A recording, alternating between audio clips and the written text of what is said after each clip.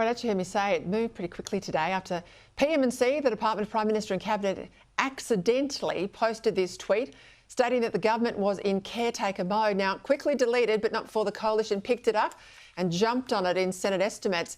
That in itself created only more confusion. Approximately 9 minutes ago, the department published a tweet advising that the government is now operating in accordance with caretaker conventions. Okay, it's going to be interesting to see who fesses up on this. But are you able to confirm that? It went live. I wasn't aware of it until you... No, I'm just saying it was tweeted and deleted. No, well, I wasn't aware of it till you indicated. Honestly, what a mess. Joining me now, political editor Andrew Clennell. Well, I suspect, mate, you were leaving Canberra tonight until that tweet went out. Now you're locked in to the capital city. I mean, clearly the PM will visit the Governor-General tomorrow. We're on, aren't we? Yeah. No, I was in the bar last night and someone who would know came up to me and said, don't go home tomorrow. That's what happened. So, yeah, it's been geared for Friday for, you know, that's how it works down here. So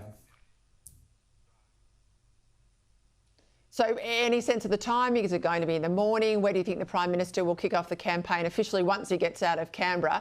What state do we know that he's going to head to first? Geez, you're asking a lot there. I haven't got those state secrets. I think it'll be in the morning. Typically, it's something they time with breakfast TV, Peter, but to get the run. I know he's in Canberra Sunday and he's going to be on Insiders. So he's got to be back in Canberra Sunday. That's kind of the weird part about it. So perhaps he goes to Sydney first. Perhaps he campaigns in Sydney and then comes back to Canberra. That's my best guess. But he can fly anywhere and fly back, of course.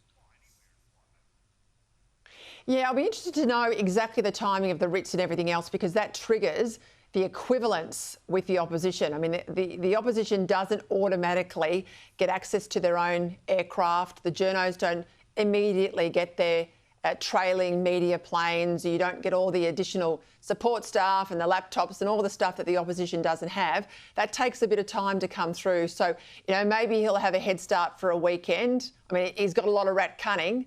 They'll be running it pretty hard.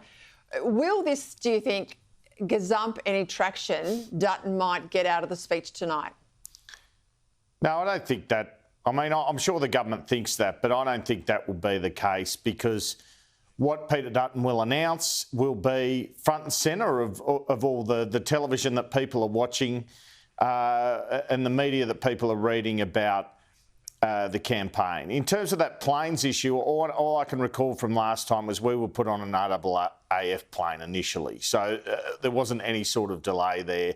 Tonight, as I understand it, as well as the fuel excise policy, sources are telling me he's going to announce a gas reservation. So making sure that not all of our gas is exported, legislating to ensure that a lot of it has to stay here, and in doing that with gas-fired power stations, that's his short-term fix for energy bills. So that, I think, is the other big headline other than the fuel excise change tonight.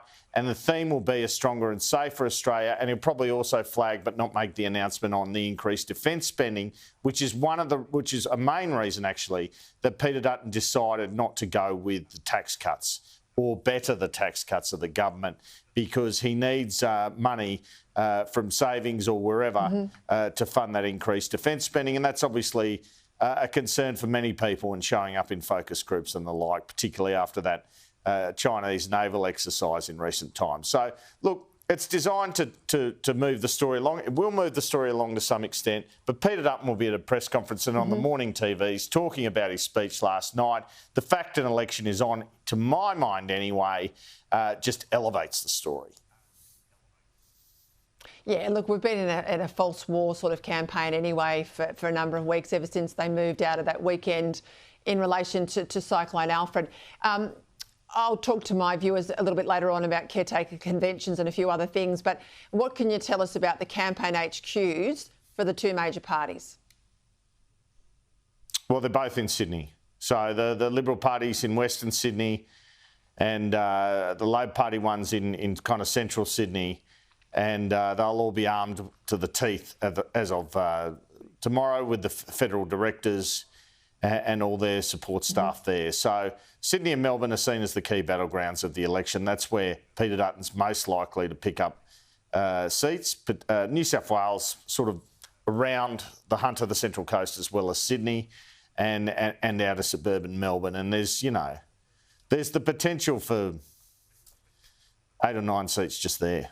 So that's really, I expect, I'll spend a bit of time on the trail. Our other reporters will spend more time, but I reckon they'll be spending a lot of time in Sydney and Melbourne, to be frank, Peter.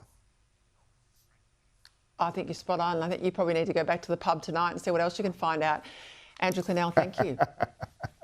I probably don't need to tell him to go back to the bar. All right.